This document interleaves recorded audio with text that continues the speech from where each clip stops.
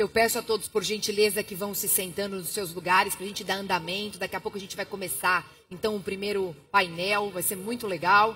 Peço que vocês tomem seus assentos.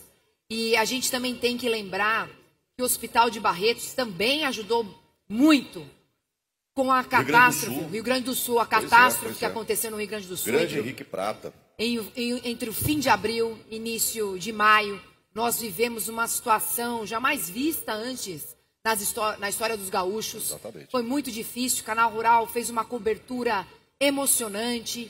Recentemente fez o documentário Reconstrói Rio Grande do Sul.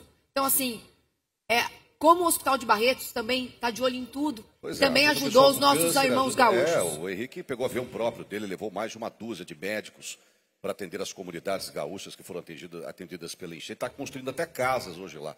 Além de cuidar de mais de 500 mil de pessoas com câncer, gratuitamente consultas, exames, cirurgias, quimioterapia, radioterapia, ainda tem tempo ainda e gás para poder ajudar a população que mais necessita, nesse caso, a comunidade gaúcha. Priscila. Bom, então nós vamos agora começar os nossos painéis da manhã, lembrando que teremos um formato diferente, tá? Os painéis apresentados hoje serão no estilo TED Talks, ou seja, apenas o painelista, ele vem ao palco aqui apresentar o seu tema e, na sequência, a gente convida um moderador para que a gente possa aprofundar ainda mais, tá, o conteúdo exposto e, com isso, vamos ter melhores conclusões, né, Mauro? Sim. De como precisamos alinhar os próximos passos e posicionar o nosso agronegócio diante do mundo. É isso mesmo, Priscila. E a intenção, pessoal, é de termos um formato bem mais dinâmico, mais rápido, tá bom? E eu lembro que todas essas palestras, elas serão disponibilizadas em português, inglês e espanhol para todos os presentes aqui nesse fórum, além, é claro, de serem divulgadas nas plataformas digitais do Canal Rural e dos nossos apoiadores e parceiros.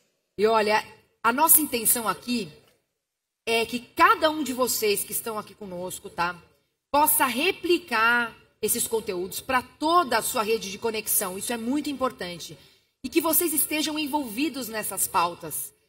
Todos aqui são, na verdade, influenciadores importantes dentro do nosso setor e também responsáveis aqui por ajudar a trazer cada dia mais o posicionamento do agro brasileiro, que é isso que a gente está procurando fazer cada vez mais e melhor. Então, durante essa semana do G20, né, Mauro, G20 Agro, todos vocês vão receber o e-mail, todo esse conteúdo por e-mail e também por WhatsApp, para justamente conseguir replicar nas suas redes. É verdade, está na moda as redes sociais, né, WhatsApp, TikTok. O que a gente quer mesmo é que vocês mostrem para o mundo, as coisas boas do nosso agronegócio, as coisas boas que estão sendo produzidas de forma sustentável em todos os aspectos, social, econômico, ambiental, né? Com responsabilidade, a gente está construindo de fato, pessoal, uma história sólida que vai ajudar a alimentar o nosso planeta com certeza. E para começar então o nosso dia, o primeiro painel vai apresentar as contribuições da iniciativa privada e governos para o G20 Agro. Olha só, pessoal, durante o último ano, uma força-tarefa de executivos de empresas e entidades do setor agro trabalharam para construir propostas e recomendações aos ministros da Agricultura do G20, que se reúnem, né, esta semana aqui em Mato Grosso, ali na Chapada dos Guimarães. O mesmo aconteceu com os ministérios da Agricultura desses países, que definiram quais serão os temas mais importantes e relevantes nesses debates ministeriais. E são essas propostas que vamos conhecer agora para abordar a temática, a visão construída pelos representantes governamentais para o G20 Agro. Eu convido para subir ao palco o secretário de Comércio e Relações Internacionais do Ministério da Agricultura e Pecuária, o senhor Roberto Perosa. Por favor.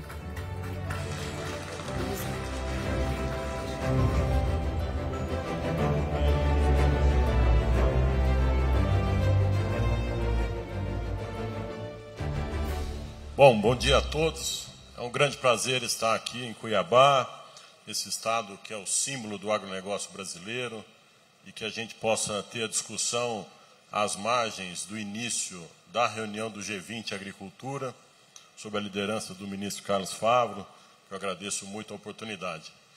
O G20 Agricultura, ele é mais um dos grupos temáticos, eu estou, a pedido do ministro Carlos Fávaro, liderando esse grupo, mais um dos grupos temáticos que envolve toda a dinâmica do G20, que é esse agrupamento de países das 20 maiores economias, com alguns países convidados, países estratégicos para o Brasil que foram convidados, além de quase 20 organizações internacionais que também compõem esse grupo e fazem as discussões pensando, como já foi muito dito aqui, no futuro de cada grupo temático, e nesse caso específico da agricultura. Nós, como Brasil, como país soberano, sob a orientação também do presidente Lula, do ministro Fávaro, sugerimos alguns temas para debates no G20 e que foram prontamente aceitos por todas as outras delegações, né? Então, com a linha transversal do G20, que é o combate à fome e à pobreza mundial em um mundo mais justo e sustentável, isso faz com que haja uma gama, uma amplitude de temas que possam ser discutidos nesse grupo temático. E o Brasil, sabedor das dificuldades que temos, pensem que o G20 é um grupo que trabalha por consenso. Então não pode ter uma votação, o que a maioria pensa, o que a minoria pensa, não. Todas as decisões e as declarações que são dadas pelo G20 são criadas por consenso dos países. Nos últimos anos, todas as cartas dos grupos temáticos de agricultura do G20, nas últimas 5 edições, todas foram somente cartas. Então existiam contradições entre o que alguns países pensavam e que outros países pensavam. O Brasil decidiu muito firmemente, desde o início do G20, e estou trazendo essas informações técnicas para vocês entenderem o que a gente está pensando, o Brasil decidiu desde o início que nós faríamos uma declaração ministerial. O que significa uma declaração ministerial? Significa que há uma concordância entre todos os ministros ali presentes sobre aquilo que está sendo dito.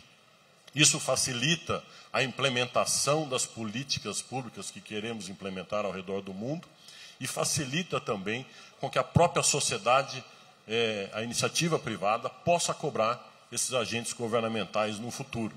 Então, pela primeira vez nos últimos 5 anos, nós teremos uma declaração ministerial dizendo qual é o pensamento das 20 maiores economias para o futuro do agronegócio.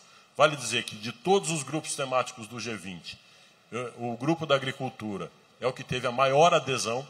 Então teremos aqui na Chapada, ministro, mais de 20 ministros da agricultura confirmados, né? É a maior adesão não só dos grupos temáticos do G20 no Brasil, mas também é a maior adesão de todos os tempos do grupo de agricultura do G20.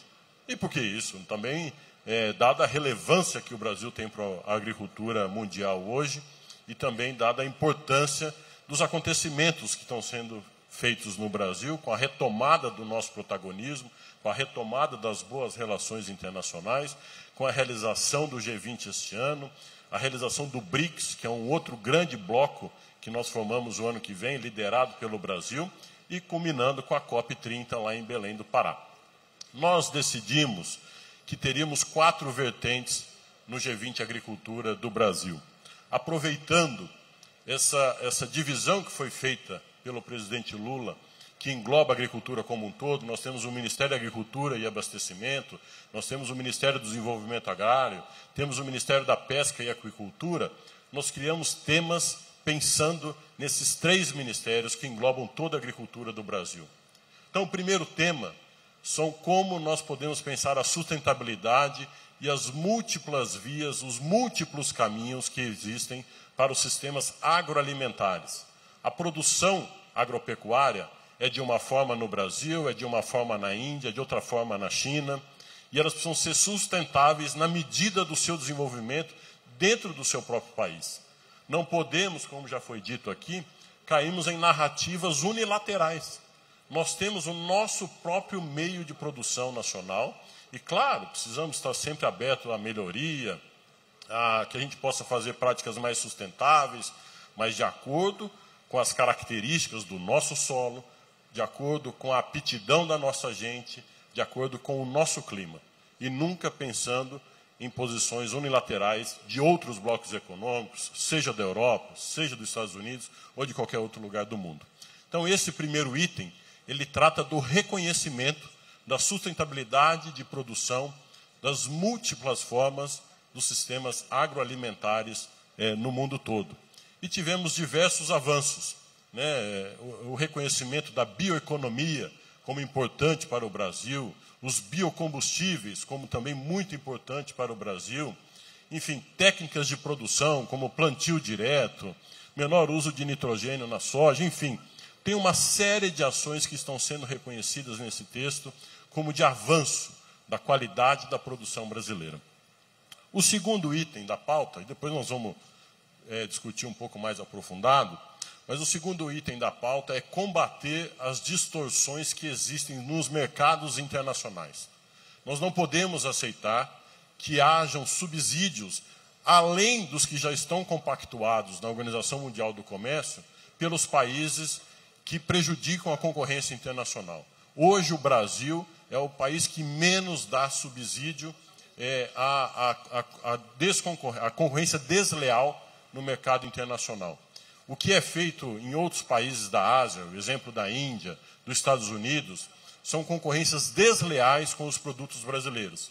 E a nossa estratégia foi trazer esse tema para que a gente nivele as tratativas internacionais, fortalecendo a Organização Mundial do Comércio, que é um fórum adequado para debater os diversos apontamentos que existem entre os comércios internacionais. Veja o caso do algodão, que todos aqui conhecem. Veja a vitória que obtivemos no caso do algodão e que foi determinante para que o algodão brasileiro pudesse se qualificar, pudesse credenciar e hoje está qualificado como o maior exportador de algodão para o mundo. Então, o fortalecimento de organizações multilaterais, como a OMC, o fortalecimento de legislações internacionais, é claro, com relação ao comércio, mas também entendendo as questões locais, esse é o segundo tema de debate que nós trouxemos para o G20 Agricultura. Então, veja, nós falamos de sustentabilidade, as múltiplas possibilidades de produção sustentável, estamos tratando de comércio internacional e as desigualdades de subsídios existentes no mundo. E o terceiro item que nós tratamos, não menos importante, também é o apoio à agricultura familiar, à população indígena, à população quilombola e às comunidades locais, respeitando as tradições de produção dessas etnias, dessas populações, para que a gente possa ter uma entrega inclusiva. Esse é um dos temas do G20 brasileiro. Uma entrega inclusiva de produção, respeitando as características dos seus povos, tanto o povo brasileiro como povos nos demais países e nas regiões do mundo. Então, veja que é um tema complexo, não é um tema simples. Indígena no Brasil age de um jeito, indígena na Austrália age de outro jeito, na Índia de outro jeito, enfim, cada lugar tem uma modalidade de produção diferente. E a gente está procurando balizar essa produção em todos os locais do globo, para que a gente possa ter uma uniformidade e uma relação de competitividade justa entre os pequenos produtores, a comunidade quilombola, indígenas, enfim, comunidades locais. Então, esse tema também contempla muito do que é feito no Ministério do Desenvolvimento Agrário. Veja que os dois primeiros temas estão muito mais afeitos ao Ministério da Agricultura e Pecuária do Brasil. O terceiro tema está afeito ao Ministério do Desenvolvimento Agrário, e por isso a contemplação também desse tema. Mas também o último tema, que não menos importante, é como regular o mercado internacional de pesca e aquicultura. Esse mercado de proteína que tem crescido muito ao redor do mundo, tem feito tem aberto uma grande possibilidade de alimentação proteica para diversas populações do mundo, populações ao redor dos oceanos, principalmente na África, na Ásia. Isso tem tido um impacto enorme e carente de muitas regulações internacionais. E para isso, nós colocamos foco e luz nesse tema, juntamente com o Ministério da Pesca e Aquicultura, para que possamos ter um maior entendimento sobre regramentos internacionais na área de pesca e aquicultura. Diante disso, gente, nós, desde o início do ano, Queria agradecer, aproveitar o momento, Júlio, agradecer a oportunidade de estar aqui nesse evento, parabenizá-lo, um evento belíssimo. Desde o início eu te disse, é muito importante que o setor privado esteja presente. O setor privado impulsiona o setor público.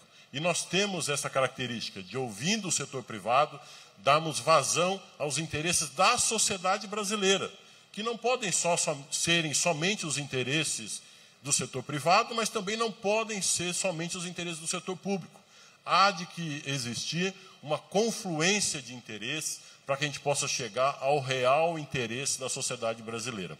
Para isso, nós estimulamos diversos eventos. Esse é o primeiro evento dessa semana longa que teremos aqui em Cuiabá e na Chapada, nessas discussões globais sobre o futuro da agricultura, seja ela brasileira, seja de outros grandes players internacionais e de qualquer região do mundo, né? E nós temos recebido, dialogado com o B20, na pessoa do Tomazoni, que é o líder dessa iniciativa dentro da CNI, que tem feito um trabalho de agregação de ideias, de agregação de sugestões muito positivas e que nós incorporamos. Das 5, lembre-se que toda sugestão que é enviada ao grupo, não adianta somente o Brasil aceitar. Nós precisamos fazer uma construção com todos os outros 20 países para que haja um entendimento da importância daquela sugestão, o entendimento da necessidade da incorporação daquelas palavras no texto final, haja vista que nós vamos fazer uma declaração ministerial, que é uma declaração vinculante aos ministros da Agricultura dos diversos países do mundo. Então, foi um trabalho de muito diálogo, intensos debates. Nós tivemos mais de 12 reuniões ao longo desse primeiro semestre e meio, discutindo com os demais países como seriam incorporadas as sugestões, não só do B20, mas também de todas as cadeias produtivas, né? Existem restrições de um determinado bloco, existem questões relativas aos conflitos que queriam impedir que a gente colocasse determinados assuntos nos temas. O mundo geopolítico, como foi dito aqui hoje, está cada vez mais complexo, né? E nós temos que nos atentar para isso e extrairmos o que for melhor possível para que a gente possa avançar no caminho da sustentabilidade e provar também que a nossa região, que o nosso país tem capacidade de suprir o mundo dentro de características próprias, né, mas baseadas em ações sustentáveis. Bom, a primeira sugestão que o B20 nos trouxe foi com relação a financiamento. Nós tínhamos colocado diversas ações, mas tinha um gap, tinha uma simples frase falando de financiamento.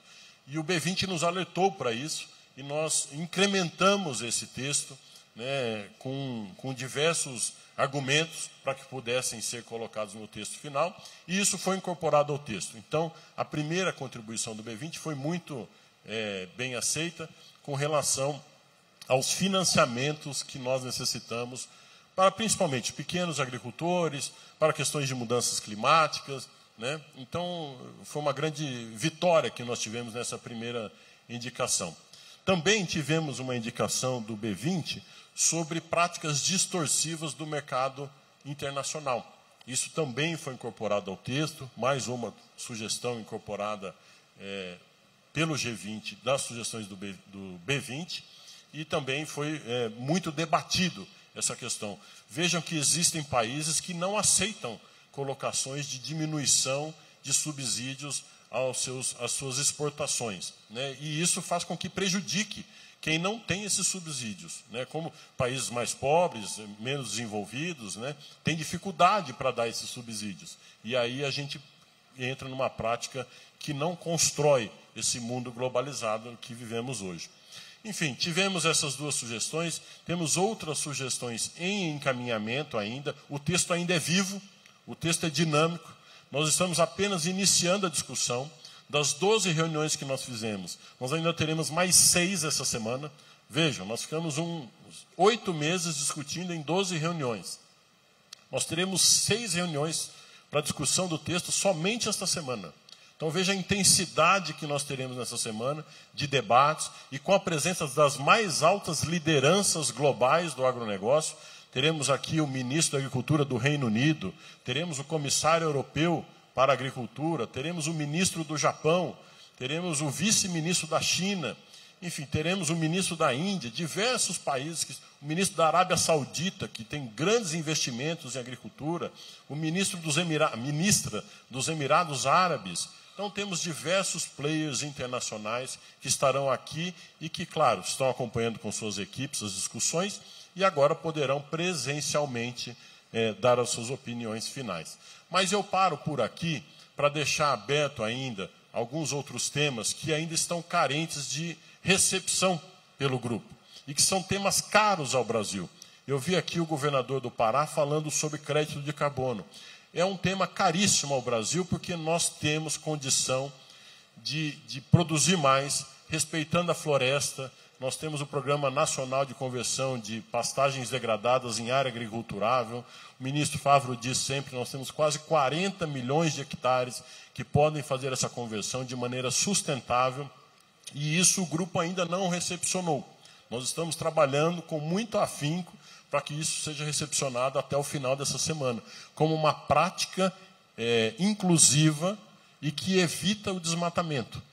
Então, a conversão de pastagens, a conversão de áreas degradadas em áreas de agricultura, com grande sustentabilidade. Então, esse é um tema que está pendente ainda. A questão de adoção de legislações internacionais, eu disse do fortalecimento da OMC, mas, para encerrar, o estabelecimento de legislações internacionais comerciais ainda não é aceito pela maioria dos países. Eles querem ter um fórum internacional, OMC, mas você veja, a OMC hoje, ela está com o seu funcionamento, vamos dizer assim, parcial, haja vista que o órgão de apelação que decide sobre a punição ou não daquela prática realizada pelo país, não tem a indicação do membro americano. Como nos Estados Unidos não indica o seu membro, nada pode ser julgado no órgão de apelação. Então, todos os processos ficam parados, represados, até que haja indicação pelo país dos Estados Unidos. E, com isso, nós não conseguimos ter uma medida efetiva sobre a OMC em determinados casos. Mas, assim como esses, nós temos outras situações que nós estamos trabalhando durante essa semana. Será uma semana de negociações intensas, mas nós estamos pensando, claro, no momento mundial em que passamos, mas no sentimento e no orgulho de que nós temos a produção mais sustentável do mundo e de que nós somos exemplos para o mundo e não nos submeteremos a narrativas unilaterais, seja de um país, seja de um bloco, ou seja o desejo pessoal de qualquer pessoa. Nós temos plena convicção de que nós temos o que mostrar no Brasil, seja em termos de produtividade, com a vinda da Embrapa, com uma história belíssima, seja em termos de agregação de valor com as agroindústrias brasileiras, seja nas oportunidades para as pessoas no interior do nosso país. Nós temos a maioria da produção do agronegócio brasileiro no interior do nosso país. Bom, eu queria agradecer a todos, dizer que nós estamos à disposição, será uma semana intensa de trabalho árduo e que nós traremos, com certeza, ótimos resultados para o Brasil. Muito obrigado. Muito obrigada pelo seu painel, secretário. Daqui a pouco eu te chamo novamente ao palco para podermos debater mais sobre esse tema. Mas antes, vamos ouvir o painel Recomendações da Iniciativa Privada para o G20 Agro. Convidamos então o CEO global da JBS e presidente do Grupo de Trabalho de Sistemas Alimentares Sustentáveis e de Agricultura, o B20. Por favor, ao palco, o senhor Gilberto Tomazoni, por favor.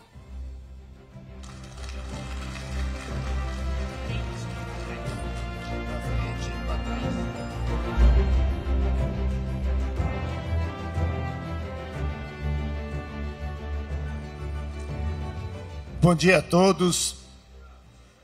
Prazer enorme de estar aqui nesse evento. Parabéns ao Canal Rural por esse evento internacional. Parabéns ao ministro Favero, ao secretário Perosa. Muito obrigado. Eu estou aqui representando o grupo de trabalho do B20, um grupo de trabalho que o Alexandre Furlan acabou de dar um enunciado sobre como a CNI está envolvido, a iniciativa privada, em sugerir ideias e propostas para o setor público. Mas eu quero destacar que o Ministério da Agricultura, a pessoa do Perosa, nos deu uma abertura extraordinária. Nós tivemos oportunidade de apresentar o nosso projeto enquanto ainda o Ministério estava elaborando suas propostas. Quando estava construindo, como o Perosa colocou aqui, conseguimos mostrar que algumas sugestões que nós estávamos trazendo eram de importância fundamental que o Brasil incorporasse a defesa dela. E nós tivemos isso. Então, o que eu vou trazer aqui para vocês é uma conclusão do nosso trabalho, que nós vamos ter oportunidade agora, na quinta-feira, de defender, junto a todos os ministros da Agricultura, de buscar que as nossas sugestões sejam aceitas, incorporadas e que se transformem em planos de ações e em transformações que são tão importantes para o nosso setor. Eu, passando aqui rapidamente, esse grupo, nós tivemos 139 pessoas que participaram do grupo, são mais de 22 países membros da discussão, não foi só o Brasil, 22 países, 14 setores de alimentos e agricultura, em que nós chegamos, mais o terceiro setor especialista de áreas que nós trouxemos para a discussão. Foram 5 meses de muita discussão e de muito trabalho intenso. E nós chegamos num diagnóstico. E eu vou compartilhar aqui rapidamente o diagnóstico do que é os sistemas de alimentos sustentáveis e de agricultura. Então, primeira conclusão é que o mundo, né, fez um trabalho extraordinário. Né? Nós construímos um sistema de alimentação incrível, que hoje emprega 35% da população que trabalhadora no setor, representa 10% do PIB, alimenta 8 bilhões de pessoas no mundo, né? e cresceu, tem 18% do trade que é dado, está no sistema de agricultura, e que teve um crescimento da produtividade extraordinária. Se você pegar menos de 50 anos, cresceu 150% e só usou 12% da área. Então, o sistema de alimentação é extraordinário que nós temos e que nós construímos. Agora, esse sistema acelerado de ganho de produtividade, ele trouxe 3 desafios, que é um desafio de sustentabilidade. O nosso setor, e aí tem cálculos e cálculos, mas vamos pegar o que tem de oficialmente, 26% das emissões dos gases de efeito estufa vem do sistema de alimentação. Por outro lado, 65% das pessoas empregadas que vivem em situação de pobreza, trabalham nos sistemas de alimentação e de agricultura. E nós temos 2,3 bilhões de pessoas que têm média ou severa insegurança alimentar. Então, esses 3 setores, esses 3 desafios, eles interagem entre eles. Por isso, que se nós conseguirmos transformar esse sistema, ele é um grande pilar para que nós geramos muito mais equidade. Primeiro, pessoas passando fome. Nós podemos, com isso, seguramente trabalhar, evitar e ter uma questão da produção de alimentos, alimentar a população inteira de alimentos. Porque ao mesmo tempo que a gente fala que gente passa fome, nós temos um desperdício de quase 30% dos alimentos. A outra questão é do planeta. A agricultura pode sequestrar, segundo a FAO, de 9% a 23% das emissões globais de carbono. Então, nós temos um sistema que pode ajudar a fazer a transformação. E, por último, economicamente, essa mudança, essa transformação vai gerar muito crescimento econômico. Então, nós podemos atacar os 2 desafios, os desafios que nós temos, e com isso, inclusive, gerar o desenvolvimento econômico. Agora, os sistemas de alimentação, eles são bastante diversos, né? A gente classificou aqui em 5 tipos de... Um bem rural, bem iniciante e um sistema super avançado. Isso nós estamos falando globalmente. Obviamente que dentro do Brasil a gente sabe o nível de disparidade que nós temos entre os setores produtivos que nós temos. Então, compor uma proposta que atende todos esses setores foi um grande desafio no nosso trabalho, porque tem países que estão em momentos muito diferentes de desenvolvimento. Mas a conclusão que nós chegamos é que as propostas, 3 eixos de propostas, é que elas servem para todos os sistemas.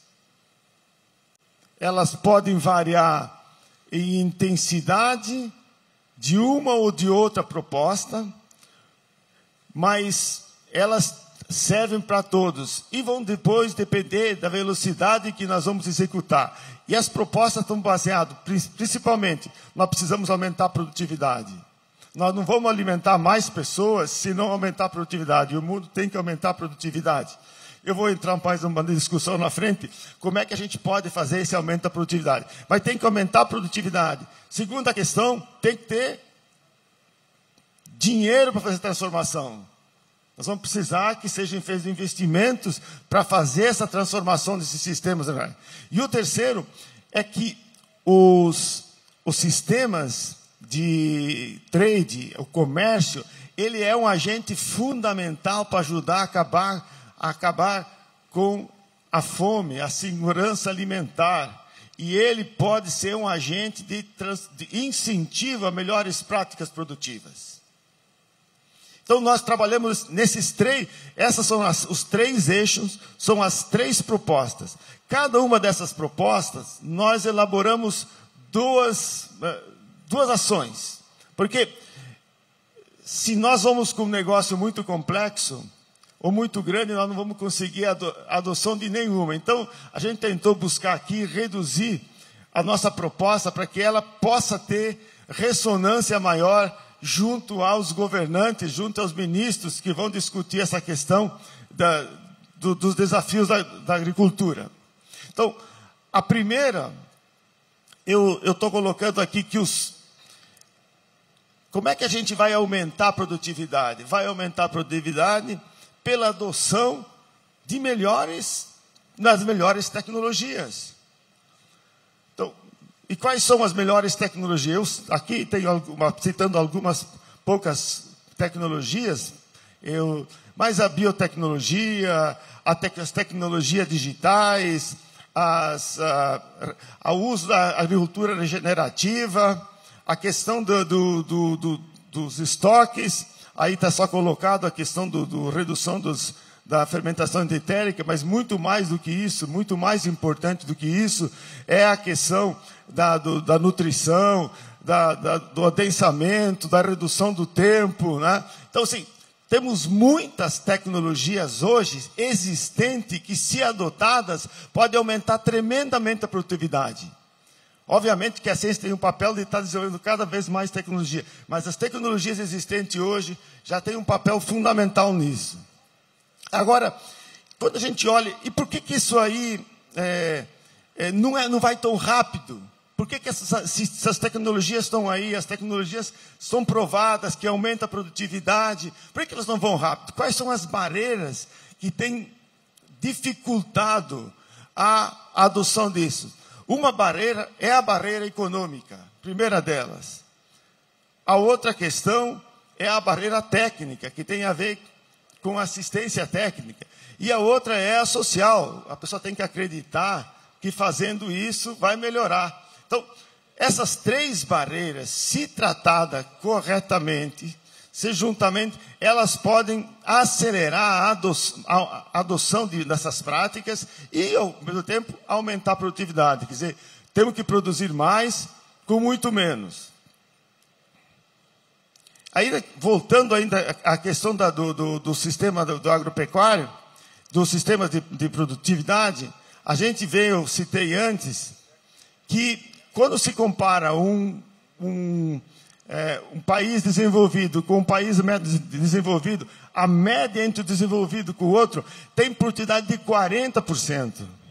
Então, sim, o planeta é um só. Não adianta um só crescer a produtividade. A questão das captura das emissões, as reduções dos efeitos climáticos. O mundo é um só, o planeta é um só. Nós temos que fazer, o desafio é fazer o crescimento da produtividade de uma maneira mais igualitária. E a outra questão é que 70% dos trabalhadores da agricultura vivem na pobreza. Então, essa mudança, essa transformação do sistema, ela tem que ser inclusiva. Ela tem que fazer com que a gente reduza a desigualdade. Então, não basta simplesmente fazer o crescimento da produtividade. Tem que fazer de maneira inclusiva, que todo mundo participe, que todo mundo seja agente transformador. Então, por isso, a nossa primeira... deixa eu voltar aqui. Essa primeira, ela baseia, primeira dela, que nós precisamos aumentar a produtividade. Como é que nós aumentamos a produtividade? Nós aumentamos a produtividade com a adoção das melhores práticas, com a parte científica que tenha, com as inovações, com a assistência técnica para que eles possam saber como fazer, e que essa mudança toda seja inclusiva, que todo mundo participe dessa mudança, que seja uma mudança que permita que nós vamos ter um solo, uma produtividade maior, e que os sistemas sejam mais resilientes, porque eles têm que não só produzir hoje, nós vamos ter que produzir para 10 bilhões, então não basta aumentar a produtividade, tem que aumentar a produtividade e aumentar a resiliência do sol. E por último, que nós incluímos todos os países nisso, e principalmente o pequeno produtor seja incluído nessa transformação. E a segunda recomendação nossa é a recomendação que tem a ver com a parte do financiamento. Eu falei que tinham três barreiras que impediam ou que dificultavam a aceleração. E uma das barreiras é a barreira econômica. Hoje, só 4% dos investimentos no clima estão indo para os sistemas alimentares e para a agricultura. E se eu fizer a colocação para os países em desenvolvimento, apenas 1,7%. Então, nós temos um grande desafio das mudanças ambientais. A agricultura tem um tremendo potencial de capturar carbono, e só 4% dos investimentos contra as mudanças climáticas vão para a agricultura. Então, tem aí uma grande disparidade e uma grande oportunidade. E nós vamos precisar de dinheiro. Não se faz uma transformação desse tamanho que a gente precisa fazer sem dinheiro. Então, nós estamos falando, nos nossos cálculos aí, de 300 a 350 bilhões de dólares que serão precisos para fazer essa transformação. Agora, e não é só estar o dinheiro disponível. Nós temos que fazer, eu falei que nós não podemos deixar de fazer essa mudança, essa transformação, sem a inclusão do pequeno produtor. Hoje, os pequenos produtores são responsáveis por 1/3 das produções globais de alimentos. Agora, qual é o grande desafio dos produtores? Adotar práticas regenerativas é sabido que aumenta a produtividade e aumenta o fluxo de caixa.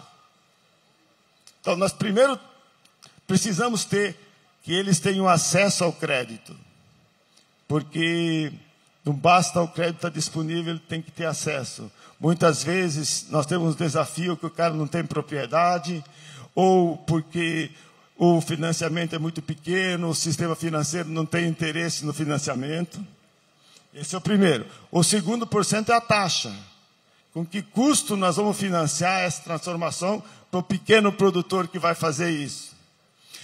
E o terceiro é que precisa um tempo de maturação, porque quando você começa a fazer o investimento, o início, o fluxo de caixa, ele é negativo.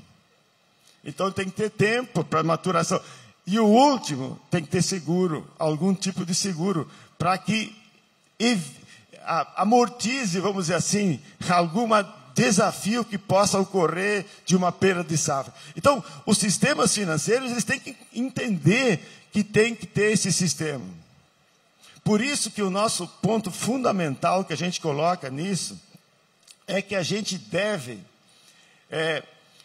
ter um sistema, construir construir um sistema que remunera os serviços ambientais. Então, o financiamento, parte disso deveria vir da remuneração dos serviços ambientais. Isso ajudaria a que a gente pudesse a conseguir fazer com que esse financiamento seja mais acessível e possível de fazer a transformação.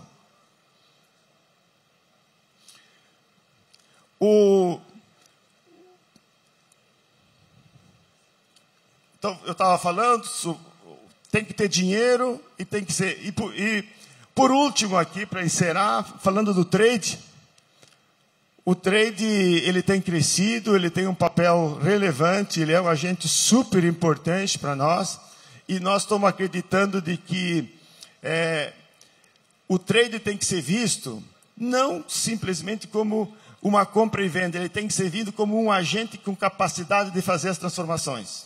Então, ele pode acelerar e tem que ser baseado em cima de técnicas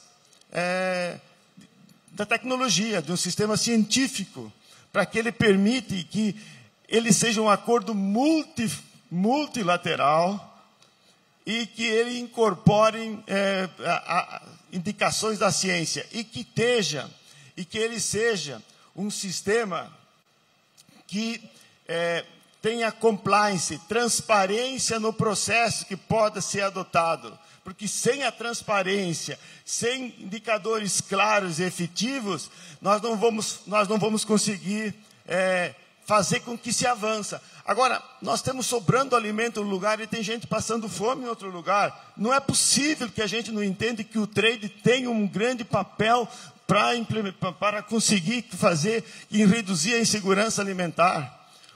E não só isso, o trade tem que ser agente de fazer acelerar essas questões de incorporar práticas regenerativas ou práticas mais saudáveis. Enfim, para concluir aqui, sim, o que a gente trouxe é que a gente vê que o mundo está frente aos maiores desafios mundiais. Desafio climático, insegurança alimentar, mais gente para alimentar, e a agricultura, os sistemas alimentares podem ser os grandes transformadores. Primeiro, por quê? Ele pode capturar carbono, ele pode produzir mais. Tá? Então, nós temos a solução. A gente precisa ser inovativo nos sistemas de como financiar essa transição. Ele não é um trabalho de governo só, ele é um trabalho do governo, ele é um trabalho da iniciativa privada, ele é um trabalho do terceiro setor. Nós temos que fazer todos juntos. E não dá para ficar pensando em fronteiras.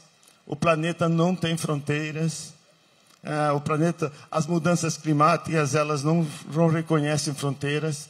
E é um negócio urgente e que tem que unir todo mundo. Muito obrigado. Muito obrigada, Tomazoni. Eu peço para que você fique ao palco aqui comigo, que é muito importante a gente entender como as iniciativas públicas e privadas estão trabalhando em conjunto em prol do nosso agronegócio. E a gente vai discutir um pouco mais sobre esse tema. Eu vou também chamar ao palco novamente o secretário de Comércio e Relações Internacionais do Ministério da Agricultura e Pecuária, o senhor Roberto Perosa, enquanto ele se encaminha. Eu peço atenção aqui para vocês verem a arte que está sendo feita pelo Adriano Ferreira, nascido em Portugal, Miami, Pantanal, também em São Paulo. Esse quadro vai ser doado para o Hospital de Amor, que cuida dos pacientes de câncer em Barretos, tá? Tem muitas unidades pelo Brasil. Então, aqui chamando a atenção para o nosso quadro. E eu vou com licença, vou me juntar aqui para vocês, junto, para a gente conseguir conversar um pouco sobre tudo que foi falado aqui. E vou começar com o secretário Perosa, porque a gente ouviu aqui na abertura o nosso governador do estado do Pará, Helder Barbalho, que vai recepcionar a COP30. É um momento pujante, latente, importante do que a gente está vivendo. Mudanças climáticas estão aí.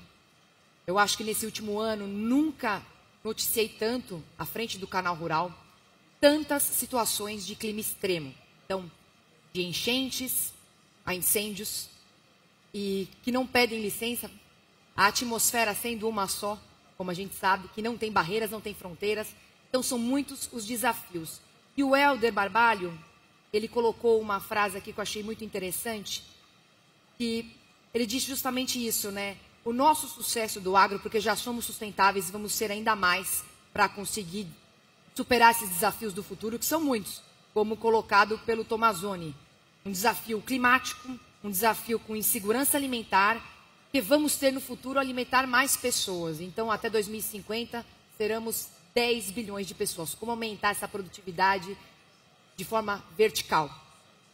Eu queria colocar essa importante introdução para você falar, Perosa, como é que a gente vai eliminar, né, essas barreiras que acabam distorcendo o nosso mercado. Porque a gente já age de forma muito sustentável. Como a gente faz para melhorar a nossa também comunicação também? Bom, obrigado. Olha, esse é um desafio da nossa geração e das futuras, né? Como a gente levar isso para o mundo, dentro de um mundo que é concorrencial, que existe a disputa por mercados, né? Como a gente levar que a nossa produção é altamente sustentável e como nós temos oportunidade, como diz sempre o ministro Roberto Rodrigues, sempre ministro, o Brasil, se tem um país e uma região do mundo que vai poder alimentar o mundo, é o Brasil, né? O Brasil tem áreas para aumentar a sua produção agrícola. Muitas dessas áreas nós já mapeamos em uma grande ação, junto com a Embrapa, com o Banco do Brasil também. Nós mapeamos esses 40 milhões de hectares de áreas já antropizadas, que podem ser convertidas em agricultura e, com isso, praticamente dobrar a produção brasileira, né? Mas quando a gente pensa em dobrar a produção brasileira, existem diversos desafios. Desafio logístico, desafio de financiamento, desafio da continuidade da inovação, desafio da manutenção da abertura dos mercados já existentes e da sua ampliação, né? Então, realmente, são várias questões que precisam ser resolvidas, não há uma resposta só para isso, mas é o trabalho contínuo enfim, de inovação, de qualificação do setor do agronegócio brasileiro, dessa questão central, que é a manutenção do nosso clima, né? Não há aumento de produtividade se nós não mantivermos o clima que nos é favorável no Brasil, né? Não adianta a gente ter áreas e as áreas serem desertificadas. Não adianta a gente ter área e nós temos excesso de chuva. Não adianta a gente ter área e não ter gente qualificada e vocacionada para aquilo. Então, eu acho que são um conjunto de valores que andam paralelamente e que o governo, seja o governo federal, o governo estadual, através dos estados, e também a iniciativa privada, precisamos caminhar no mesmo sentido, na mesma direção, para que a gente possa atender essa grande demanda por alimentos. A demanda por alimentos será aqui no Brasil, né? Então, e alimentos produzidos com sustentabilidade e com baixa pegada de carbono, que também é um item importante no futuro da alimentação mundial. Também vai ajudar o clima para conseguir produzir mais alimentos. Exatamente. Ô, Tomazoni, você fala, no paper que a gente tem também do B20, uma coisa muito importante, que é mudar o comportamento do consumo e do que consumimos, né? Isso pode ser também uma prática para garantir a transformação do que a gente busca no futuro. Você falou na sua apresentação, no seu painel, de desperdício. Como é que a gente pode otimizar isso e alimentar todo o planeta? Eu acho que tem muitas coisas que se pode fazer. A primeira dela é que a gente tem que reduzir em todos os nossos processos industriais o máximo possível dos desperdícios que a gente tem. Nós temos que ser o mais produtivo. E além disso, nós temos que usar a indústria circular. Aquilo que ainda vira de um produto que não que é um resíduo do seu processo, vire matéria-prima para um outro processo. Então, eu acho que isso é fundamental nós aumentar. Além das práticas, né, que tem que serem feitas de reduzir as perdas que a gente tem em supermercados, que a gente fala dos mercados em geral, que é um trabalho coletivo. Mas uma das grandes coisas que eu vejo da mudança de comportamento é que tudo que a gente vai fazer, das mudanças que têm que serem feitas, não dá a levar em consideração que o consumidor vai pagar a conta. O consumidor não vai pagar a conta, ele quer produtos mais sustentáveis, mas ele não aceita que por um produto ser mais sustentável ele vai pagar mais. As experiências que nós temos é que o consumidor não paga mais. Então nós temos que conseguir aumentar a produtividade para baixar o custo dos alimentos para que eles sejam mais acessíveis. E veio justo né, na inovação, financiamento, comércio agrícola mundial, esses 3 importantes focos. E a importância, né, Perosa, dos modelos de financiamento também para a transição desses sistemas alimentares. A gente vai precisar, justamente como o Tomazoni falou, financiar isso. Então, como que a gente vai fazer para garantir, né, esse capital e acelerar essas práticas agrícolas regenerativas e também sustentáveis? Olha, o Brasil dá exemplo nisso, né? Veja no setor de etanol, por exemplo, nós temos o RenovaBio, que é um grande exemplo de financiamento de práticas sustentáveis, de mudança da matriz energética, né? O Brasil, agora acabamos de aprovar o PL do combustível do futuro no Senado, né? Então, assim, aumentando a mistura para até 35% na matriz da gasolina do combustível renovável, no biodiesel podendo chegar até 30%, né, no futuro.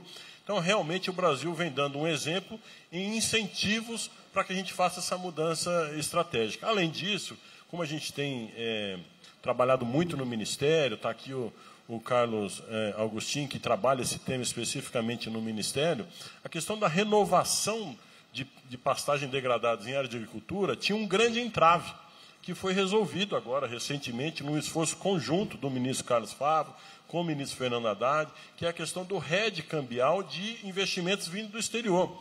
Como converter essas taxas baixas que existem no mercado internacional para financiamento da agricultura para as taxas brasileiras. Não adianta a gente conseguir o recurso no exterior e quando vem para cá tem o spread do banco, o spread de outro banco e acabam sendo taxas não convidativas para essa transformação.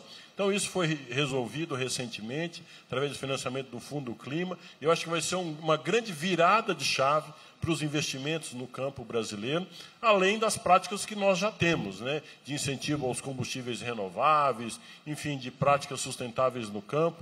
Eu acho que o Brasil tem muito a mostrar ao mundo. E é disso que nós precisamos nos orgulhar, mas sem deixar também ficarmos num salto alto. Nós temos que continuar mostrando ao mundo as nossas capacidades e possibilidades, mas também continuar o nosso trabalho aqui internamente, porque a fome não espera. A fome precisa de comida no prato. E, para isso, é o Brasil que vai dar essa comida no prato. Excelente. E pegando também esse gancho, né, secretário Perosa, a gente também tem que colocar no horizonte que o caminho, justamente para a mitigação dessas mudanças climáticas, vem justamente de uma transição energética. E agora eu pergunto para o Tomazoni, nós estamos nesse caminho, já sendo o maior produtor de grãos também, essa energia renovável. Estamos na frente, né, Tomazoni? Eu acho que o Brasil está na vanguarda e mais, os sistemas de produção de energia e de alimentos, eles convivem juntos, né?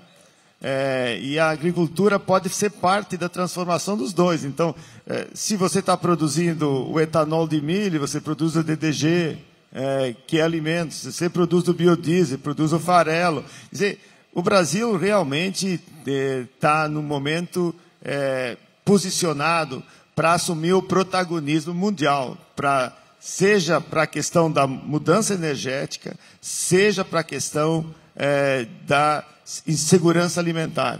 Acho que, e de práticas sustentáveis. Nós temos tremendas iniciativas aqui, excelentes iniciativas, e que eu acho que no momento que a gente conseguir levantar mais informações, até os parâmetros que hoje são usados para os cálculos das nossas emissões vão ser mudados. Porque os cálculos que hoje nós estamos usando para um clima tropical vem de uma floresta temperada, né? A gente sabe que a questão aqui, por exemplo, que se faz muito aqui, a questão das branquiárias, que sequestram carbonos, né? As raízes sequestram carbono, estocam carbono. Então, assim, eu sou extremamente otimista com as oportunidades que tem. E aí eu me somo ao que os governadores falaram aqui. O nosso desafio é um desafio de transparência, de rastreabilidade nos processos, para que a gente possa fazer isso e demonstrar que a gente está fazendo isso com as melhores práticas sustentáveis do mundo. Sim, e também em conjunto, pegar todo o sistema, né, de comércio agrícola mundial, fortalecer, como você falou também, né, todo Amazônia, a importância dos traders e de tudo isso que a gente está discutindo aqui nesse painel. Eu vou agora entregar para vocês aqui o documento. Peço, por favor, que você passe também ao Tom Amazônia 1, porque a gente vai passar por um momento muito importante agora também. Eu peço aqui para o Mauro compor aqui esse palco. E aí, pessoal, tudo bem? Bom, pessoal, como a Pri estava iniciando ali, esse é um momento muito importante do nosso evento. A gente vai fazer agora a entrega do relatório desenvolvido pelo Grupo B20 ao excelentíssimo senhor Ministro da Agricultura e Pecuária, Carlos Fávaro. O ministro é líder do G20 Agro, anfitrião, e vai comandar as discussões dessa semana. Eu gostaria de chamá-lo ao palco novamente para receber o relatório e, claro, fazer as suas considerações.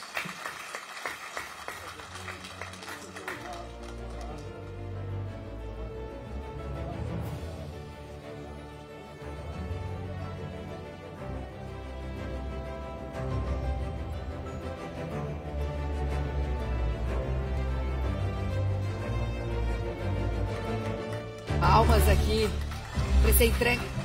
para essa importante entrega desse documento. A gente espera aqui que chega o microfone para o Carlos Fávaro falar algumas palavras. Enquanto isso, eu peço para vocês olharem e admirarem a arte que está sendo pintada aqui ao lado esquerdo do palco, justamente para elucidar tudo que a gente está vivendo hoje no Fórum Internacional do Agropecuário, FIAP. Por favor, Fávaro.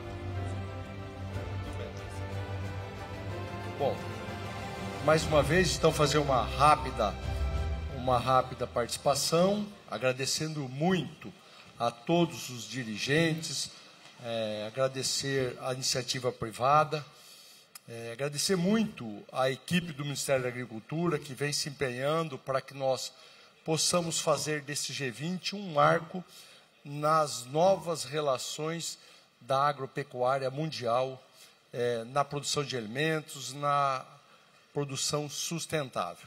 Veja o desafio que começa neste grupo de trabalho, nesta segunda-feira aqui em Cuiabá, onde nós não queremos simplesmente fazer uma carta, nós queremos uma declaração.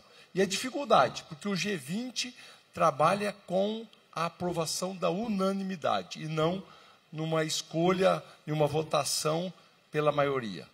O desafio é gigante, mas tenho certeza que as colaborações feitas até agora pela iniciativa privada e as outras que ainda devem, e os conclamos que intensifique esse debate hoje e depois na quinta-feira participem com o poder de convencimento de todas as entidades brasileiras que também têm representatividade internacional, para que essa declaração brasileira se torne um marco para os próximos 50 anos da agropecuária brasileira. Muito obrigado ao Canal Rural, à CNN, a todos, a CNI, a todas as entidades que se propuseram a construir este evento e essa participação. Tenham a certeza de que o Brasil lidera a produção mundial de alimentos, mas mais do que isso, lidera o processo de produzir alimento com sustentabilidade. Esse G20 será um marco nesse sentido. E só é possível graças ao envolvimento de todos. Agradecer ao governador Mauro Mendes, a todos os governadores que participaram, acolhendo este evento nesse estado brasileiro, que é um exemplo de produção sustentável. Momentos difíceis de queimadas, e quando da escolha do estado de Mato Grosso, os órgãos de controle, também a ABIN, que fez toda a preparação estratégica, logística, nos ajudou, dizia o risco de termos um mês de agosto e começo de setembro com queimadas, o que pode tirar o brilho deste evento. Infelizmente, as previsões se confirmaram, mas não só para Mato Grosso, todo o Brasil queimando. E eu acho que Deus nos permite a mostrar também para o mundo que precisamos de medidas urgentes. Eu acho que deste momento difícil das queimadas no Brasil, vai ter que sair a sensibilidade e o compromisso mundial em reverter as mudanças climáticas. É possível, tenho certeza que é possível. E o Brasil será o exemplo de produção sustentável para o mundo. Muito obrigado.